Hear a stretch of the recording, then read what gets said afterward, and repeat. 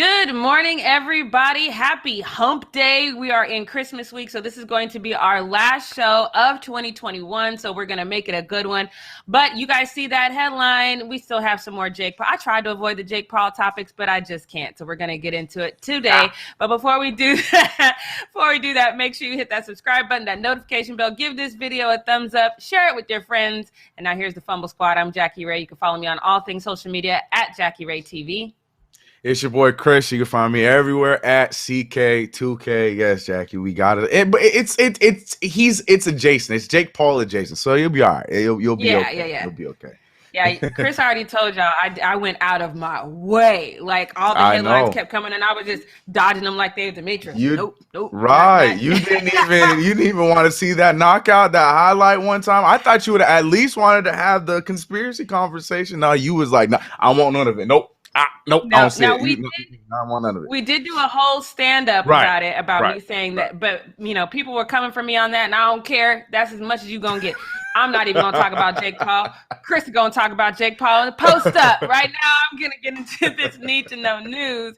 Because for those of you who are Cowboys fans in the chat, and I don't know if we have any, but y'all former really good slot receiver Cole Beasley, who says he's not an anti-vaxxer, he says he's just pro-choice, but he's been like the spokesperson for anti-vax. He is back at it again, but I have to admit, based on the new rules that the NFL has, he kind of has a point. So you know that the NFL implemented this new rule that if you're fully vaccinated and you are asymptomatic, if you're not showing any symptoms, they don't want to know you have it. So they are not going to test you going forward. So Cole Beasley tested positive.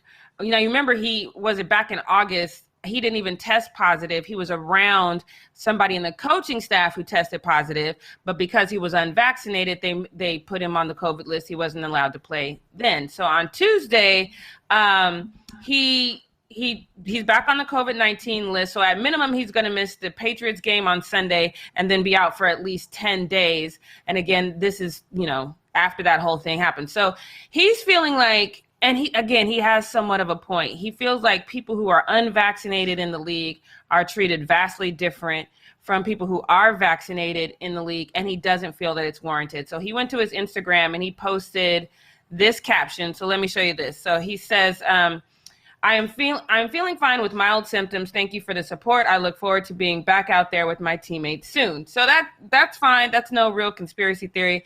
But then he posted this, and first of all, let me let you know this. How I screenshotted it is how he posted it. I don't have the jacked up margins. He does. So let me show you this post.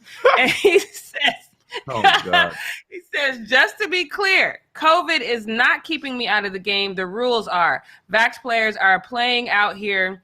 Vax players are playing with COVID every week now because they don't test. One of my Vax teammates is in the hospital missing games. I'm sure he didn't get the same energy. Thank you for those who support everyone else. If you don't get what's happening, then there's nothing anybody can do for you." So he's basically saying that, he has this teammate who is fully vaccinated and is now in the hospital, but he's not having to go. As soon as he's negative, he could come back. So I was like, well, who is this friend? Well, this friend actually commented on Cole Beasley's page. So his teammate is Jonathan Feliciano. You know what I'm talking about, Jonathan. Sure. And so he goes, So he said, once I got those monoclonal antibodies, I started feeling way better. Why aren't we promoting treatments for COVID? So, to my knowledge, he's vaccinated. I couldn't find anything either way, but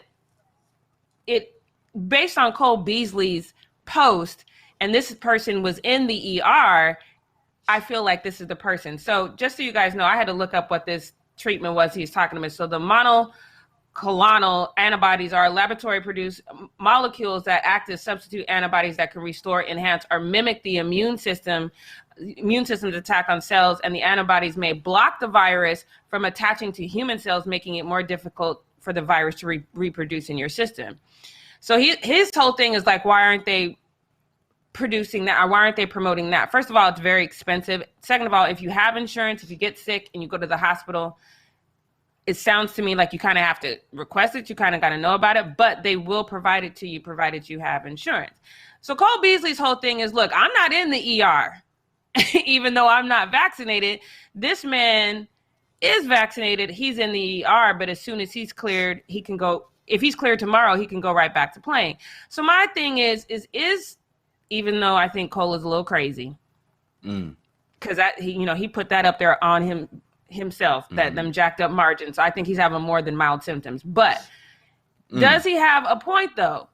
Because if he's not in the ER, he's not having the same situation, but this vaccinated player that is in the ER, as soon as he gets out and tests negative twice, he can go back to playing. Cole has to stay out for 10 days regardless. Is that fair? I mean, it's safer for his life because that player, has a better chance of beating it. But at the same time, that goes to our point that they should be getting tested regularly. Because I think that point, that small point in everything he said was the part I do completely agree with. Like they're going to get past it because they're not being tested regularly. And they'll probably catch, if it is that player, the Feliciano guy that you're talking about, they probably catch it later on. But because they're not testing him regularly, he probably had COVID the entire time, and then they found out late, and then by that time it's already over, and he could have spread it to other teammates, and that could be a part of the whole spread situation that's going on right now. So the whole they're treating them differently than us kind of thing, he missed me with that part. The part that I do agree with Cole Beasley on is the part where they're not testing him regularly, because whether you have the vaccine or not, if you're getting tested and he finds out that you do have it, they need to do something about it, because you need to stop the spread as much as you can amongst other teammates. Now, so that part I do agree with. The part where they're talking about how they're being treated differently. Yes, they should be treated differently because they have a better shot of not, dying from this than someone like you that's walking around spreading it and not and could. I don't know. So I don't know. But Cole Beasley, I will give him benefit of the doubt. He does have that point there, and we've been saying it. There needs to be regular tests. Yes, that I'm with you 100%. The regular testing should be done across the board, because again, even if you are vaccinated and you have it and you're asymptomatic, that doesn't mean you can't still pass it on. So this whole we're not testing vaccinated people is weird to me. Second of all, this treatment that he's talking about, that's only given to you when you're in a state. It's not something you can just take, at the beginning, just like when you're in a state of duress. Like when you go into the hospital for COVID and your body's in a state of duress, then that's when they'll give it to you. It's not like now they're going to say, oh, Jackie, you know what? You're perfectly healthy. You want these molecules? That's not how that goes. So it's not like a preventative treatment. It's a treatment that happens when you're in a situation. So to say that, hey, they're not promoting these antibodies that can help you, because that's not how they're giving them out. I don't know the science behind that. Like I said, it's very expensive. So there's probably a reason why they're just not, hey, you all want this molecule cocktail or something like that. I'm sure that's the reason. But nonetheless, Cole, I think you would benefit from just saying less. You had that one point. We're both going to give you that. But I think you'd benefit from saying less. I wish he expanded more on that point. That's my thing. Like, I know Cole's crazy, and because his agenda is, I'm not getting vaccinated. Look how they're treating. I get that. But the one point you had on the lack of testing, you 100% correct on that one, sir. But yeah. Yep. So yay, this is our first time giving Cole Beasley a point in a while. Good job, Cole. That's all I got for Need to Know News. Yeah. Chris, take it away. All right, yes, we have an entertaining one here on Post Up. With your boy Chris here on Post Up. And damn it, I was doing good all the week until this point. Getting the notes up. All right, here we go. All right, so let's get right into it. And we're talking about the Lakers. Now, this is the thing. I've been hearing about this one throughout the entire season. It was so much so that Knicks fans were even poking some fun because we once had this player on our team. And let's be real, I don't think we should be poking no fun, because a lot of us, and myself included, wanted to bring him back. And I'm talking about none other than Mr. DeAndre Jordan. Laker fans that are in this chat, you guys probably already know where I'm going with it. When I say his name, I probably said his name. You guys just sit there and see like, ugh. Because, DeAndre Jordan just hasn't been – well, he hasn't been DeAndre Jordan of the last time he was in a Los Angeles jersey, though the Clippers, since he's been on the Los Angeles Lakers. The fit just does not make sense. We all knew this from the jump. We were a lot of you guys were probably hoping that it would be a similar stint to what Dwight Howard does. You know, they thought that DeAndre Jordan could be a JaVale McGee kind of guy. And though I thought the same thing, I thought DeAndre Jordan would be, just like JaVale McGee. The only difference is you got to give JaVale McGee his credit because he's a lot more active than DJ is. DJ's either going to maybe catch an alley-oop. He's either maybe going to swat a block that is going directly at him, and that's about it. He's not going to do many of the other plays. Every time somebody switches, whether they're perimeter or whatever, it just does not work for DeAndre Jordan. And Laker fans have been seeing that, unfortunately, all season. And fans were fed up. Absolutely fed up on Sunday, and I think they've been fed up all season. But the tipping point was Sunday when they saw that he just, with all the players missing and him being forced to play a lot more minutes, they saw I cannot remember what the moment was, but I know that there was that moment with Alex Caruso where he went up there. Right, it was the and one. Alex Caruso went up for an and one, got it on DJ, and started flexing on him. And Laker fans were besides themselves. And that is when DJ was trending because Laker fans, like I say, Laker fans and Knicks fans, they know how to get a player that you be like, oh, he's still playing. They know how to get him trending because they're going to tear him up if they do something wrong. And DJ was unfortunately the latest victim. So starting off with my man Pickup Hoop saying, haven't hated watching a player more than DeAndre Jordan in a long time. Damn, the hate is real, but it gets worse than that. Vinay Kilowala, he says, there is zero reason for DeAndre Jordan to be on the roster with how shorthanded we are. We are at a point where we'd rather play Melo against Vucevic than him. Don't know what this logic is. We really need able bodies, right? I mean, that's a point. And there's a lot of, bigs. I saw somebody say that they wanted to bring back Damian Jones, and I agree with that. I like Damian Jones, but that's neither here nor there. Mikey's saying DeAndre Jordan is 100% the most worthless player in the NBA right now. Yeah. Damn. I don't know if I agree with that, but Lord have mercy. Isn't Danny Green still in the league? Danny Green's still in the league. And Danny Green is doing just fine with what he's got going on. The Sixers got other problems. Danny Green is not the problem, Jackie Ray. Keep that hate to yourself. I'm sorry. God. Go to my man Abed, who said, well, first of all, someone else, Abed initially tweeted, take care of your mental health and don't watch the Lakers tonight. He was talking to the Laker fans. And then he responded to that own tweet saying, you ruined your night watching DeAndre Jordan play basketball? Listen to me, Laker fans. And he has that picture out there. He's trying to tell Laker fans, look, right now is not the time to watch him. We got a lot of players missing. DeAndre Jordan's going to be playing. You don't need to be watching this right now. It's just so funny how the Lakers and the Knicks are in the same parallel universe right now, because I can take a lot of these tweets and I can use them for the Knicks, just swap the player's name or something like this. Like I know a lot of Knicks fans are saying this exact thing. Don't watch the game tonight. You're gonna come out with having a better night if you just don't watch the game. So yeah. Anyway, I just think it's so funny. Me and my homies talk about it all the time. But yeah, there we go. I had this situation right here. On to the next one. Ball sack sports. Excuse me, I said black sack. Ball sack sports. Said all my life, I'd rather have Isaiah Thomas at the 5 than DeAndre Jordan. Golly, that is a lot. That's a lot. So Jackie Ray, I haven't heard you say much about DeAndre Jordan this year in frustration. Do you feel the way that a lot of Laker fans have been feeling? Like I said, I've been hearing this from the beginning of the season, but I felt like it went crazier more recently because of him being forced to play a lot more minutes. So what are your thoughts on DJ not having a good run with the Lakers? So DeAndre's numbers have been declining since 2016. So right. It's not like, so when I'm going to be honest, when we brought DeAndre on, I like DeAndre. You guys know that. So for me, I was like, we're going to be the team where he turns it around and he gets back to 2016, 2015 DeAndre. But I will admit, so that person who said, don't watch the game, it's going to frustrate you. So I will admit last night I had to turn the game off several times and plus I was trying to do my hair, which that was a whole struggle. And then watching my Lakers struggle, I was like, I can't do both. So, but it's a lot to just watch.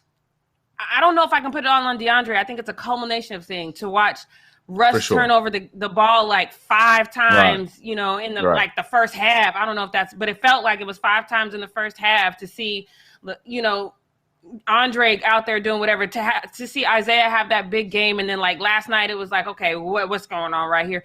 And then when you expect, okay, at least be a big, like all you got to do is be a big. and defend, and he's not even doing that, then it's like, yo, throw the whole team away. So I agree with what they're saying, but it's not just him.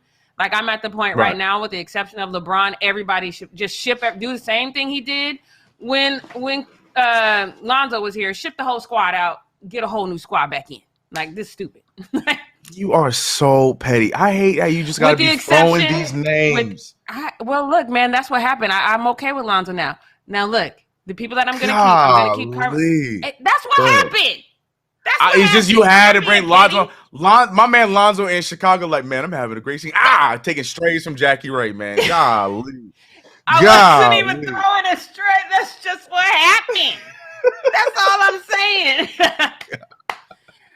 Carmelo can stay. Yes, he better. And even though I just threw his name out there as he's having problems, I still think that it is a learning curve. It is, to me, it's the same thing that I said about Lonzo. The lights are just too bright out here. It's kind of an intimidating situation, but Westbrook can stay as well. Everybody else got to go. Everybody else got to go. It's just the strays on my man Zoe that just got. I wasn't ready for that. Danny Green and Philly, like, man, things so good. What's going on? Jackie Ray strays. Lonzo Ball, like, man, I'm having some back-to-back. Jackie Ray strays. Like, yo, like, let them be. They gone. Jackie Ray strays. Yeah. Jackie pop, and they feeling them all the way in Philly and Chicago, man. Oh my God. But yeah, I hear you on that. It's just so funny, the parallels, man. A lot of things that when I go on Lakers Twitter, I'm telling you, a lot of things I see y'all tweeting about, you can fill in the blank, take out the name and put a Knicks player's name in there, and it fits the exact same way. Take the emotion of how you're feeling about the Lakers, and then just switch the at with a Knicks fan the exact same way. It's just so funny right now. It's just a weird time in NBA basketball right now. And then the whole Isaiah Thomas and Kemba Walker, it's just crazy. It's craziness right now. It's crazy. We can't get away from each other. Anyways, moving on from that over to actually sticking to the Lakers, going to LeBron James. You guys know that Frank Vogel was missing some time because himself was being added. He's on health and safety protocol too, right? He wasn't just wasn't just for personal reasons, right? I got him mixed up with Dane Casey. Dane Casey was out because of personal reasons. Frank Vogel is on health and safety protocol. So, as I told Jackie, if there was a situation, if Frank Vogel were to get fired or something like this would happen, we talked about who would be the guy that would take his place. I told you it's going to be Fizz. And, well, Fizz was the guy. David Fizdale was coaching the team last night. I just want to say this. Now, if there's any Knicks fan in this chat that's listening, I just want to say this. Now, I know Fizdale gets a bad rap with the Knicks, and deservedly so. It was a catastrophe when he coached the Knicks. But I really like the dude. I like David Fizdale. I always believe that he needs a team full of old people for him to get his way. He just can't coach young guys. So now with the Lakers, I'm like, you know what? I think this might be a solid opportunity. Mind you, he's still missing players, but I think this would be a solid opportunity. So with that being said, people are a little frustrated and upset because this man is playing LeBron James way too many damn minutes. But again, this was just his first game coaching. Frank Vogel was already playing LeBron James tons of minutes leading up to that game because, well, if you want to believe it or not, I know LeBron missed some time to start off the season. LeBron is 4th in the league in minutes. And no, he's not playing for the Knicks. And no, his coach is not Tom Thibodeau. That's just the way it is. So now the question is coming out is that because that's what they have to do because that's all they got? When they know when LeBron James is not playing, this team has zero shot of winning games. Hell, Steve Nash admit to the same thing in Brooklyn with Kevin Durant. Kevin Durant got a whole bum leg, but he's playing the most minutes in the NBA right now because he has to. Steve Nash said, if this dude's not on the floor for me, we gonna lose? Yes. So we're seeing a situation like that where these teams are becoming very minute heavy, which is, could be worrisome going into the playoff time, especially with these kind of teams right now. Lakers, I know they're in a rough spot, but they still believe once they get in, they have a shot. The Nets are number 1 in the East. They think that once they get in, they have a shot. All these kind of things.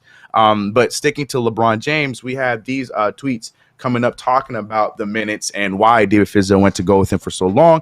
Fizdale on concerns about LeBron James' minutes, he said, LeBron don't give us a choice. This guy is a freak, man. He said LeBron often tells the Lakers mid-game when he can take on extra minutes if there's a chance for a W, as he did in Chicago. Well, that didn't end in a W, but you guys saw that LeBron played. I think he put in 42 minutes, 41, something like that. A lot of minutes. 42. A lot of minutes. It was 42 minutes. Yeah, see, a lot of minutes. But then he continued talking about LeBron and David Fizdale. He said, here's Lakers interim head coach David Fizdale's full response to Bill Bisaki's question. He said, is there a concern about LeBron James minutes, or you just don't have a choice? And then it also, like I just mentioned, it said LeBron's fourth in minutes per game at 37.2, which would be his highest average since 2016, 2017. God, that is a lot of minutes. There's one thing to say that about like Julius Randle and RJ Barrett on the Knicks. They still young. Like, none against LeBron James' age. They still young. They got the knees for it. LeBron, we trying to keep you in the league for a few more seasons. This ain't the way to do it. This is not the way to do it. Anyways, so David Fizdale answered that question on if they're forced because they had no choice or if it's because LeBron. David Fizdale said this. He said, LeBron don't give us a choice, like we just mentioned.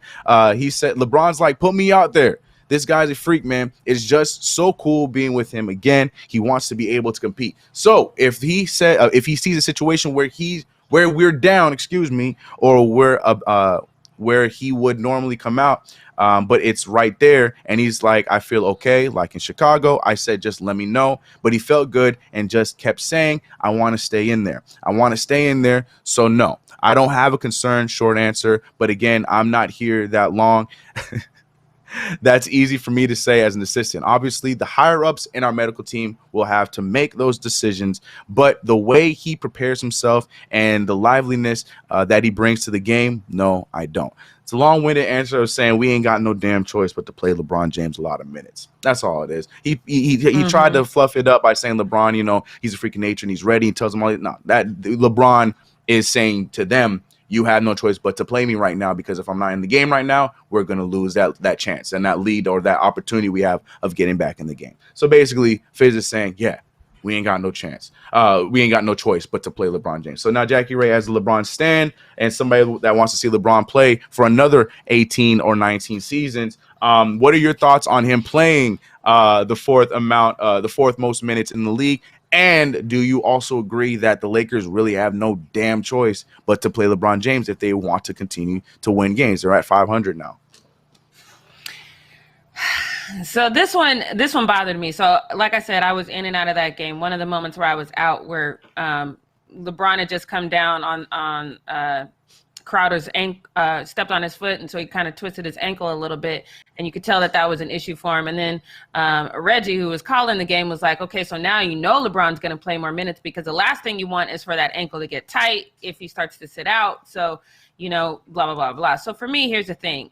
I don't care if LeBron's going to be 37 on December 28th. I wouldn't care if he was 27. That's too many damn minutes. That's very hard to sustain. Of course, it's harder to sustain when you're older.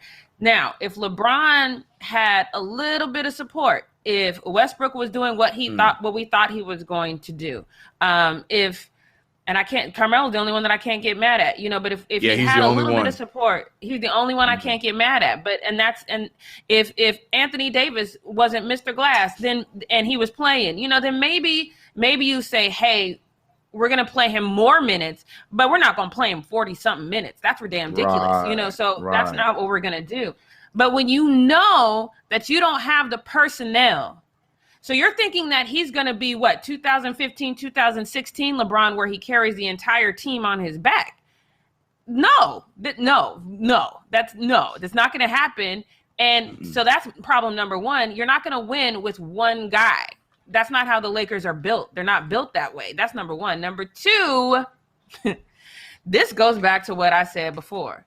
A coach with a backbone would say, that's cool, LeBron, but we're going to have to take this L, because it's more important for you to be healthy down the stretch than it is for you to go out there and let's maybe get a win, but it doesn't look like we're going to get that right now. We don't have any coaches with a backbone. They can't tell LeBron no, and that bothers me. Yeah. Has any coach besides Mike Spoelstra, and that's why they had the little fallout for a little bit, and then everything got better. Has any coach been able to tell LeBron James no? I think in Miami, I think that's the only time. That was it, right? Yeah, Spoelstra. Yeah, that's it. You're right. So, other than that, you might as well just give him the damn little notepad. You running everything. Right.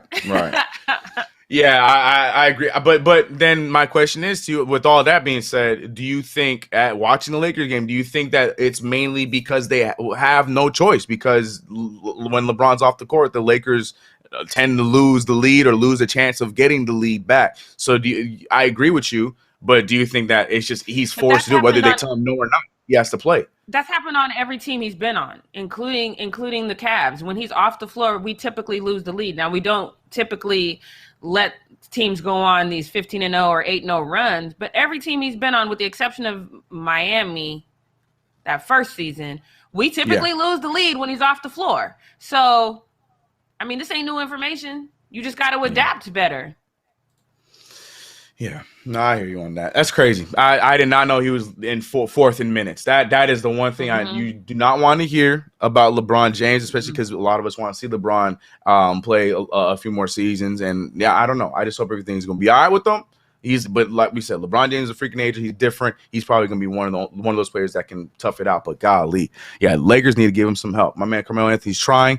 His frustration to me was warranted last night when he got ejected. I got it.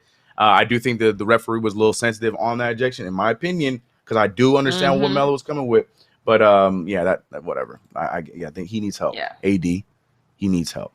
All right, and moving on to the topic that Jackie was so excited to talk about. And the thing is, yes, Jake Paul is, like I said, this is Jake Paul adjacent, so we're gonna mention Jake Paul for a second, but that's about it. This is mainly around Tyron Woodley and Le'Veon Bell. Yes. Football's Le'Veon Bell. And the NFL right now ain't doing so hot in the boxing ring. We saw the NBA versus NFL matchup where Deron Williams went up against Frank Gore. I don't know about you guys. I saw this one coming from a mile away. No offense, Frank Gore. But I've heard of stories from players and him and all. When Deron Williams was a superstar in the NBA for those 5-6 seasons in Utah, there was so much conversation about how he was boxing. That was his getaway. That he talked about this so openly. So when I found out he was gonna be boxing somebody, and then Frank Gore said he only picked up boxing towards the end of his career, I'm like, yo, this is gonna be a slaughterhouse, and that's what it ended up being. So NBA took a point there, but we cannot forget about Nate Robinson. So NBA needed that point. I'm saying all this to say this. Now, Le'Veon Bell, who is an ex-NBA NFL player, not retired because he's still active. He just got cut this season. He's frustrated with the whole Jake Paul circus. I told you guys that I have officially bought my ticket. I'm sitting in the tram. I'm sitting in the roller coaster, and I'm just going for the Jake Paul ride because it's just been, it is what it is at this point. But Le'Veon Bell does not agree with me at all. He is tired of it. He wants his shot in the ring. He put this tweet out before the fight started, or right immediately after the fight started, say, Jake Paul, fight me. Stop trying to fight people who can't box. Actually, I think this was before the fight, excuse me. And then after the fight happens, he responded to his own tweet to try and make sure Jake Paul heard.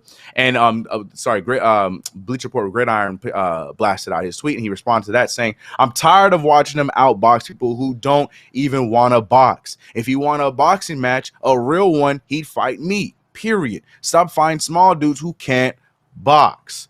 So then Jake Paul, over there being the ringmaster that he is, he saw this, and he's like, I ain't even going to make this about me.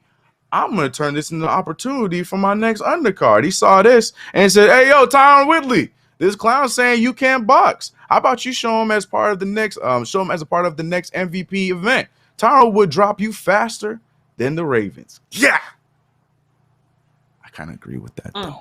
Sorry, Le'Veon. I kind of think that's how it would go. But yes, and it seems like thanks to Jake Paul, Tyron Woodley, he saw the smoke and saw what was going on, and this whole thing was supposed to be taking shots at Jake Paul, but he was really speaking real ill of Tyron Woodley's name without adding him. So Tyron he didn't like that. He saw this and he responded and said, because I made one mistake. You think it's sweet? Don't get it effed up, homeboy. And Le'Veon Bell responded to that by saying,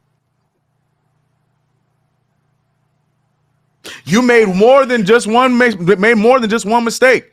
He just slept you for that last mistake you made.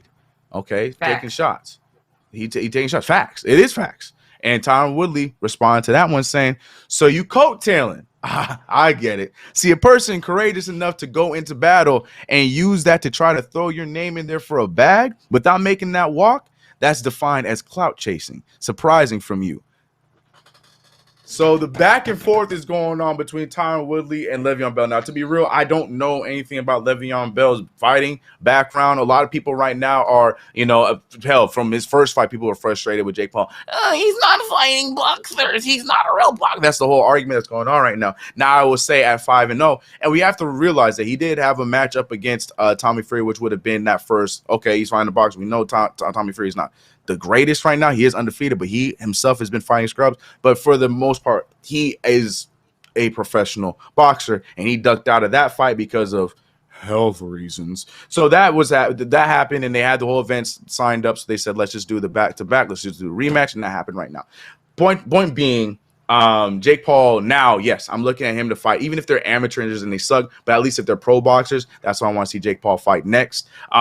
But to see a Le'Veon versus Tyron Woodley matchup, even if it's an undercard and whoever else Jake Paul fights in the next one, is this something that we're interested in seeing? Like I said, I don't know enough about Le'Veon Bell's fighting experience, nor do I care enough about Le'Veon Bell's fighting experience. My thing now is just because of this back and forth on Twitter and Le'Veon feeling so confident about himself. Yeah, now I kind of want to just see Tyron Woodley go in there and smack him up. Maybe it'd be good for Tyron Woodley because I don't think anything's ever going to clear your name of the meme that you made of yourself being knocked out, Tyron. I'm sorry.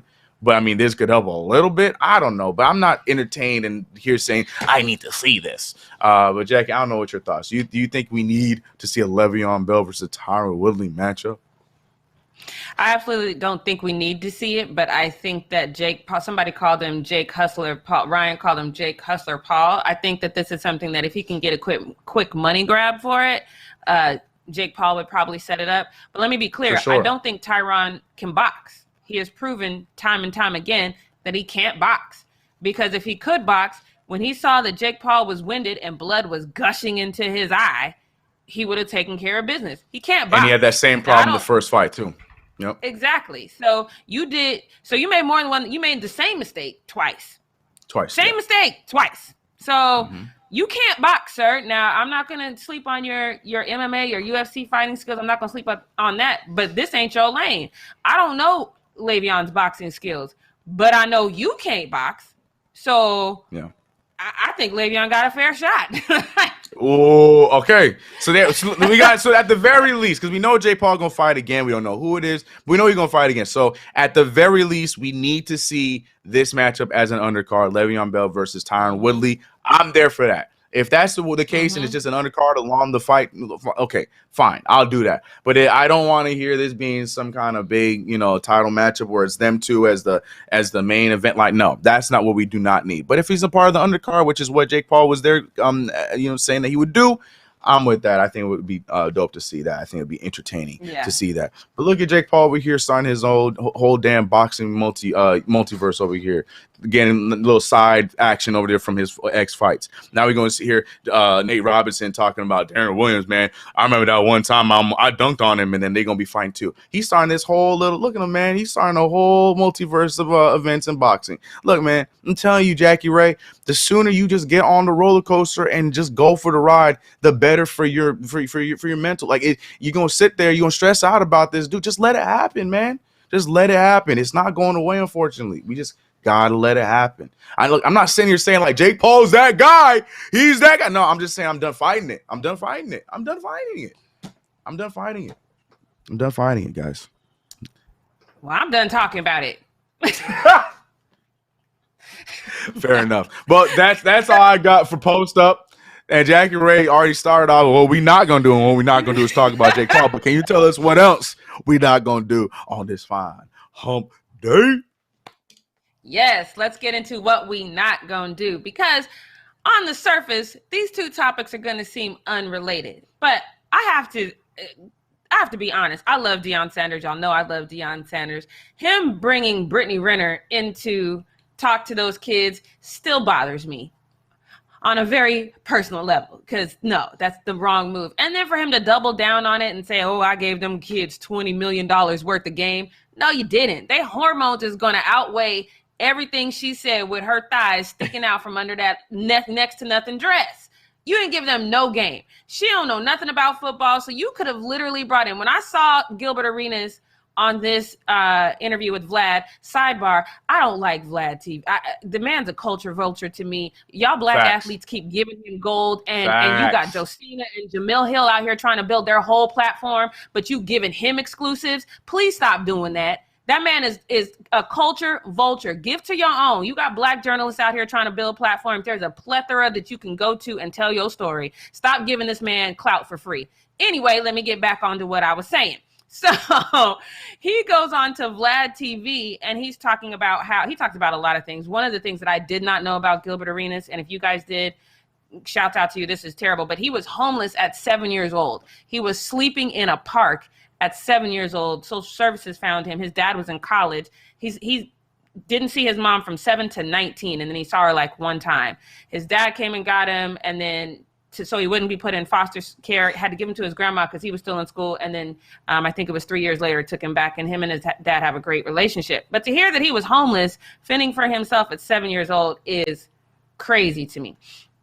But this is the story that I feel that Deion, even though he didn't play football, this is the story that I think Deion should have let his young people hear, because far too often we hear about people blowing their money and just getting into a financial situation because they came from nothing and don't really know how to balance their money. So take a listen to what Gilbert said he did with his first rookie contract. His whole contract was gone. He blew it on two things, and his first rookie contract was $854,000. So take a listen. Millions, so I bought an Escalade, had 5 TVs in it, 4 12s, had the suede. I seen Gary Payton with the suede on the top. I want the suede roof. So, got the big chain like everybody else. It was like GJA. That's when, everybody had the long chains that went down to your nuts. So I had that, so I spent all of that money. Right. Before the taxes even came in. Yeah, before taxes. Yeah, right. Yeah. So how much does the Escalade cost? Like, damn. So, I mean, I get he gets that aftermarket thing, but here's the thing. So hearing him, and he talks about how he doesn't like the draft. His draft class was whack. The only person that he knew in his draft class was Kwame Brown, and we know how that turned out. So he talks about a lot, but his whole story from being homeless at 7 to saying to himself, even at 7, I knew I'm going to be something. This isn't going to be my path. I'm still going to become somebody, to blowing his whole first check, to having to overcome that. These are real life. I've been where you're going to go, where you want to go. This is what I went through. Don't make the mistakes that I made. Having some hoe come in and talk to these kids is not the lesson. It's not the lesson, Deion. All I want to say is there's athletes who have a real story to tell, real hurdles that they've had to overcome that could really benefit kids, especially going to Jackson State. Please do better in your future speakers. Chris, do you have anything to say? I'm never against Gilbert Arenas being a speaker for anything. I think this would be great for college kids. No, real talk, because everything you just said, for sure. And on top of that, he's going to bring some lessons on the game itself. So, yeah, he's going to help them on behind the scenes, like what Deion was trying to get out of Brittany Renner. But he's definitely also going to help on composing yourself in the game, like in the situation, in that whole game life, with the trade conversations going on, all those kind of things. So I think there's never a opportunity for Gilbert Arenas that I dislike. I like any kind of opportunity for him to talk, especially to the youth and people coming up. He even started doing that on his show, where he talks to some of these high school prospects going into college and stuff like that, where he be letting them talk about their life and talk about their highs and stuff like that, and then he be giving them some putting them on game a little bit. And I love that. I think Gilbert Arenas is a good person for that, because we know how, from what you mentioned from the beginning, and in how unfortunately his career damn near came to an end with the whole gun situation, and he has a lot of wisdom and a lot of advice to give to people. So yeah, I would be a big fan of it. And like I said, like I even admit that I kind of saw what he was trying to do with Brittany Renner, but at the end of the day, anybody is better than who he brought in, because like I said, these guys were listening to what she had to say, but not for the reason that he thought that they were listening to what she had to say. Deion, I'm sorry, bro. I'm sorry. But yeah, that'd be dope. I think he'd be great for him. Yeah, I agree. All right, you guys, we're going to get out of here because your girl got to hop on a plane, got to get to Denver. We will not see you until 2022. We will be back here on January 3rd. We do have some content coming out. You guys have seen it, though, so it's for everybody else. So we have some content coming out on Thursday and Friday, but then you guys won't see us again until January 3rd. Be safe. Enjoy your time with the family. If you're going to celebrate, if you're old enough to celebrate, be safe with them crowds. Don't drink too much, and make sure you're back here with us at the start of 2022. You guys be safe. Bye. Bye. Happy holidays. Happy holidays.